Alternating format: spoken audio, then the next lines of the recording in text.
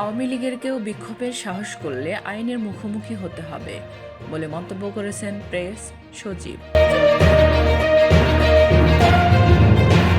BGB BSF মহাপরিচালক বৈঠক ১৭ থেকে ২০ জানুয়ারি নয়াদিল্লিতে অনুষ্ঠিত হবে।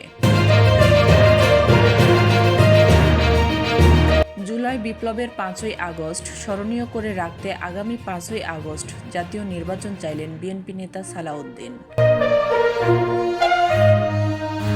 সাতক্ষীরা ইউনিয়ন কমিটি নিয়ে বিএনপির দুই গ্রুপের সংঘর্ষ, পরিস্থিতি নিয়ন্ত্রণে ১৪৪ ধারা জারি। সরকার থেকে সমর্থন না থাকলে ব্যাংক লুটপাট করা সম্ভব হতো না বলে মন্তব্য করেছেন পররাষ্ট্র উপদেষ্টা। দিনাজপুরে নারী ফুটবল টিমের খেলা আয়োজকদের সাথে তৌহিদি জনতার সংঘর্ষ।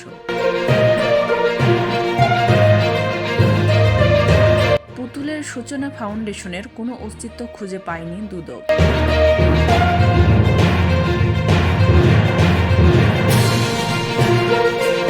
৬ মাস না যেতেই আওয়ামী লীগ কিভাবে কর্মসূচি দেয় বলে মন্তব্য করেছেন সার্জিস আলম।